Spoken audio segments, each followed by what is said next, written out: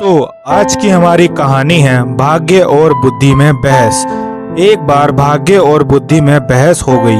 भाग्य ने गर्व से सिर उठाकर कहा, मैं बड़ा हूँ। बुद्धि बोली, नहीं, मैं बड़ी हूँ।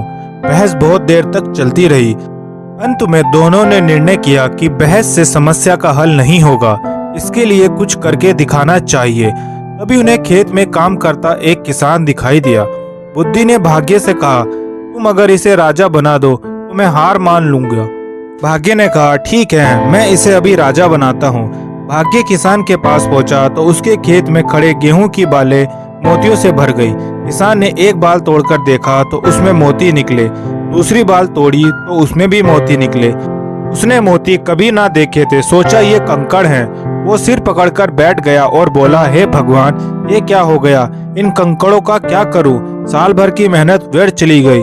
वह खेत के किनारे बैठकर अपने भाग्य को कोसने लगा। तभी उस देश का राजा अपने मंत्री के साथ उधर से गुजरा। उसने किसान को रोता देखा तो रुक गया। उसने किसान से रोने का कारण पूछा।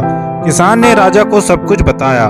राजा ने खेत में घुसकर देखा तो यह देखकर आश्चर्य में पड़ गया कि उस खेत में मोती उगे हुए थे। राजा ने मंत्री को बुलाकर कहा, क्यों न हम अपनी राजकुमारी का विवाह इस किसान से कर दें? वह हमारी इकलौती संतान है। इस भाग्यशाली आदमी के साथ सुखी रहेगी। मंत्री ने भी राजा की हाँ में हाँ मिलाते हुए कहा, आपका विचार उत्तम है। अब राजा किसान से बोला, सुनो, तुम यह सारी फसल काट के राजमहल पहुंचा दो। इसके बदले हम तुम्हारा विवाह अपनी पुत्री से कर देंगे और बहुत सा धन भी देंगे। किसान तुरंत तैयार हो गया। इस तरह उसके खेत के सारे मोती राजमहल में पहुंच गए।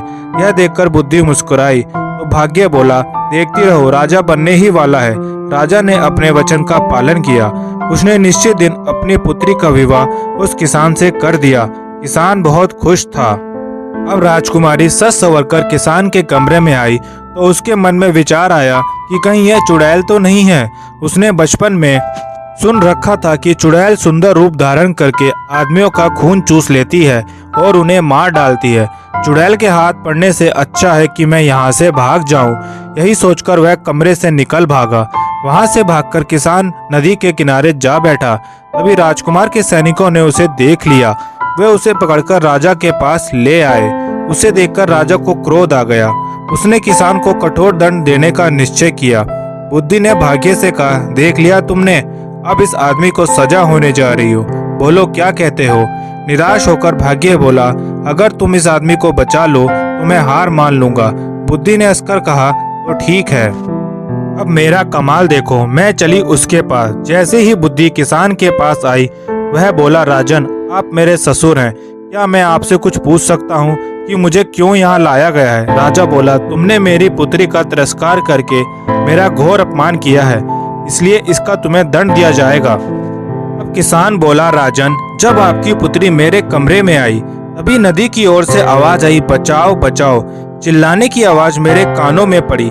मैं अपने आप को रोक न सका और उस आदमी को बचाने नदी पर चला गया था। अगर यह मेरा दोष है तो आप मुझे अवश्य दंड दें। किसान की यह बात सुनकर राजा बहुत प्रसन्न हुए और गले से लगा लिया। वह बोला, हमारे बाद तुम ही इस देश के राजा बनोगे। अब बुद्धि ने मुस्कुराकर भाग्य की ओर देखा।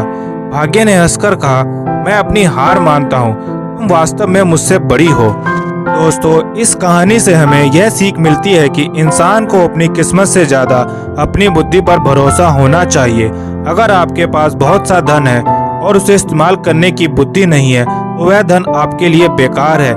इसलिए अपनी बुद्धि और विवेक पर हमें ज्यादा महत्व देना चाहिए, ना कि अपनी किस्मत और भाग्य पर। अगर आपको हमारी ये वीडियो पसंद आई तो वीडियो को लाइक करें और चैनल को सब्सक्राइब करें।